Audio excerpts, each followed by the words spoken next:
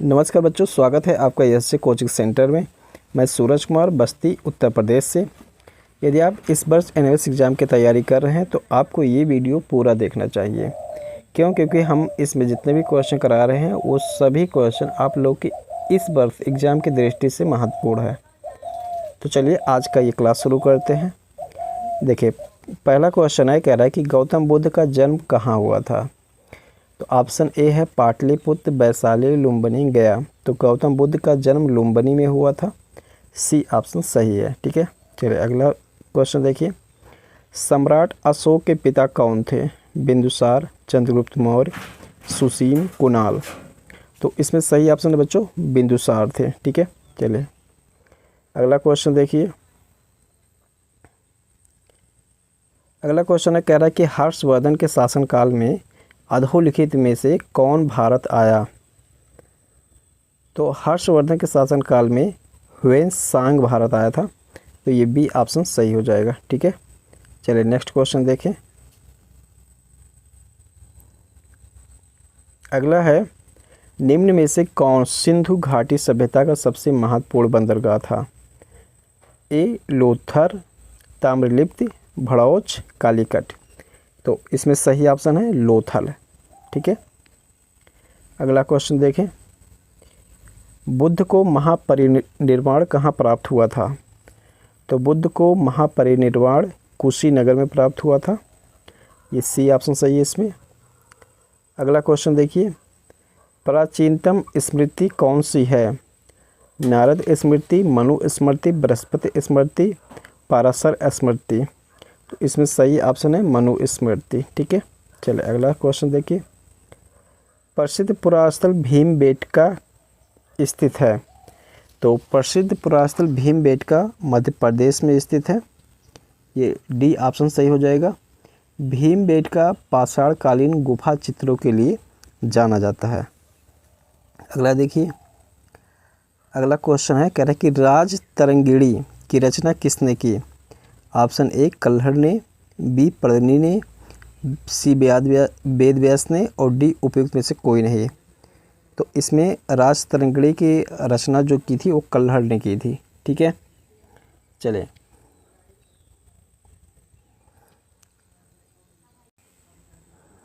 अगला क्वेश्चन है, कह रहा है कि सबसे प्राचीन वेद है। तो सबसे प्राचीन वेद है बच्चों ऋग्वेद, अर्थात यहाँ पर सी सही हो जाएगा। बोरोबुदुर स्तूप कहाँ स्थित है? जावा, कंबोडिया, सुमात्रा, बोर्नियो। तो बोरोबुदुर स्तूप इंडोनेशिया के जावा द्वीप पर स्थित है। ठीक है, तो ये ए वाला ऑप्शन सही हो जाएगा। अगला देखिए। अभिज्ञान शकुंतलम के रचयिता कौन है? सूरदास, केशवदास, तुलसीदास, कालिदास। तो अभिज्ञान शकुंतलम के रचयिता हैं कालिदास। ठीक है, ये डी ऑप्शन सही हो जाएगा। अगला देखिए। मूलतः रामायण किस भाषा में लिखी गई है? तो मूलतः रामायण जो है वो संस्कृत भाषा में लिखी गई है। ठीक है, ऐसे ही क्वेश्चन आप लोग के एग्ज़ाम में देखने को मिलेगा। अगर आपकी प्रैक्टिस अच्छी नहीं रहेगी तो आप लोगों को ऐसे ही क्वेश्चन छूट के चला आएगा। और जितने लोग भी तैयारी कर रहे हैं, पूरा वीडियो को देख रहे हैं, उन सभी लोग का पेपर बहुत अच्छा जाएगा। चलें अगला क्वेश्चन है, कह शक संवत किसके द्वारा प्रारंभ किया गया था? Option A Ashoka, B Chandragupta द्वितीय, सी कनिष्क और डी हर्षवर्धन। तो ये किया गया था कनिष्क के द्वारा किया गया था बच्चों। ठीक है, चलें अगला क्वेश्चन देखें। अर्थशास्त्र के लेखक कौन है? अर्थशास्त्र के लेखक डी कौटिल्य हैं। डी ऑप्शन सही है। हर्षवर्धन ने अपनी राजधानी स्थापित की। हर्षवर्धन ने अपनी राजधानी कन्नौज में स्थापित की थी। ठीक है, तो ये सही हो जाएगा। C option. मोक्ष का अर्थ है पुनर्जन्म से, बौद्धत्व से, जन्म एवं मृत्यु के चक्र से छुटकारा। तो जन्म एवं मृत्यु के चक्र से छुटकारा मोक्ष का अर्थ है। बोध गया स्थान पर गौतम बुद्ध हैं। बोध गया स्थान पर गौतम बुद्ध को ज्ञान प्राप्त हुआ था। ठीक है, तो बी ऑप्शन सही हो जाएगा। सिंधु घाटी की सभ्यता थी, तो सिंधु घाटी की जो सभ्यता थी वो नगरीय थी, तो ये बी सही हो जाएगा। अगला देखिए, चाणक्य अपने बचपन में किस नाम से जाने जाते थे? तो चाणक्य अपने बचपन में विष्णुगुप्त के नाम से जाने जाते थे, ये बी ऑप्शन सही है। ठीक है, चलिए अगला क्वेश्चन देखिए। अगला क्वेश्चन कह रहा है कि सत्यमेव जयते शब्द किस उपनिषद से लिया गया है? तो सत्यमेव जयते मुंडक उपनिषद से लिया गया है, अर्थात ए ऑप्शन सही हो जाएगा। ठीक है, चलिए अगला क्वेश्चन देखें। कौन सा धर्म त्रिरत्न में विश्वास करता है? तो जैन धर्म जो है वो त्रिरत्न में विश्वास करता है। त्रिरत्न है सम्यक दर्शन, सम्यक ज्ञान, सम्यक चरित्र। चलिए नेक्स्ट क्वेश्चन देखिए।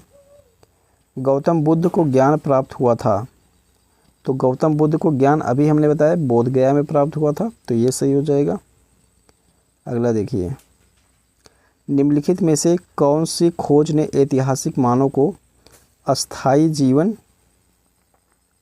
के लिए अग्रसर किया? पहिया, कृषि, पत्थर के औजार, आग। तो कृषि की खोज से अस्थायी जीवन की ओर अग्रसर किया था। ठीक है, चलिए नेक्स्ट क्वेश्चन देखिए। अगला है, कह रहा है कि प्रागैतिहासिक मानव का भोजन क्या था? जड़ और फल, पका हुआ मांस, गेहूं और चावल, दूध और मक्खन। तो जड़ और फल सही ऑप्शन है। चलिए अगला क्वेश्चन देखिए। सिंधु घाटी सभ्यता के मुख्य देवता कौन थे? राम, कृष्ण, पशुपति शिव, शेषनाग। तो ये पशुपति शिव थे। ठीक है, चलिए अगला क्वेश्चन देखिए। आलमगीरपुर नामक पुरास्थल किस नदी के तट पर स्थित है? आलमगीरपुर नामक पुरास्थल ये हिंडन नदी के तट पर स्थित है। चलिए अगला क्वेश्चन देखिए। बौद्ध मत के प्रचार के लिए अशोक ने अपने पुत्र पुत्री को कहाँ भेजा? तो बौद्ध मत के प्रचार के लिए अशोक ने अपने पुत्र और पुत्री को श्रीलंका भेजा था, तो सी ऑप्शन सही है। प्राचीन भारत में समाज विभाजित था, तो प्राचीन भारत में समाज 4 भागों में या 4 समूह में विभाजित था, तो ये सही हो जाएगा बी ऑप्शन।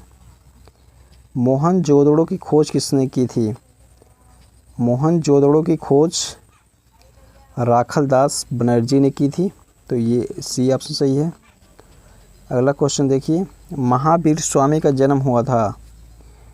महावीर स्वामी का जन्म कुंडग्राम में हुआ था। ठीक है, बी ऑप्शन सही है। अगला देखें, हेरोडोटस कौन था? तो हेरोडोटस इतिहासकार था, ए ऑप्शन सही है। अगला देखिए, अशोक ने किस शताब्दी में शासन किया? तो अशोक ने 3री शताब्दी ईसा पूर्व में किया था, बी ऑप्शन सही हो जाएगा। ठीक है, चलिए अगला क्वेश्चन देखिए। वाराणसी किस महाजनपद की राजधानी थी? काशी, वत्स, कौशल, मगध। तो वाराणसी काशी महाजनपद की राजधानी थी। ठीक है, अगला देखिए। भारत में व्यापार करने हेतु सर्वप्रथम कौन आए? तो भारत में व्यापार करने हेतु सर्वप्रथम पुर्तगाली आए थे, सी ऑप्शन सही है। अगला देखिए। विश्व इतिहास को कितने कालों में विभाजित किया जाता है? तो विश्व इतिहास को 4 कालों में विभाजित किया जाता है, सी ऑप्शन सही है। एकमात्र अभिलेख जिस पर अशोक का नाम लिखा है वह कहाँ पाया गया? तो इसका सही ऑप्शन है ब्रह्मगिरी, जातिगढ़ेश्वर, मास्की, कलिंग। तो ये पाया गया है मास्की में। ठीक है, चले। प्रसिद्ध पुस्तक इंडिका का लेखक कौन है? ये क्वेश्चन बार बार पूछा जाता है। ठीक है, प्रसिद्ध पुस्तक इंडिका का लेखक जो थे वो मेगास्थनीज थे, तो सी ऑप्शन सही है। बौद्ध धर्म की नई शाखा महायान का उद्भव किस काल में हुआ था? तो ये हुआ था कुषाण काल में। ठीक है, सी ऑप्शन सही हो जाएगा। चलिए, तो आज के इस क्लास में इतना ही। पूरा वीडियो यदि आपने देखा है तो आपकी तैयारी बहुत अच्छे से हो रही होगी। यदि आप चाहते हैं कि हाँ और भी अच्छे से तैयारी हो तो चैनल को सब्सक्राइब करके रखिए और शाम 7 बजे इस चैनल पे वीडियो पड़ता है और उस वीडियो को पूरा देख के ज़रूर अपनी तैयारी को अच्छा बनाएं।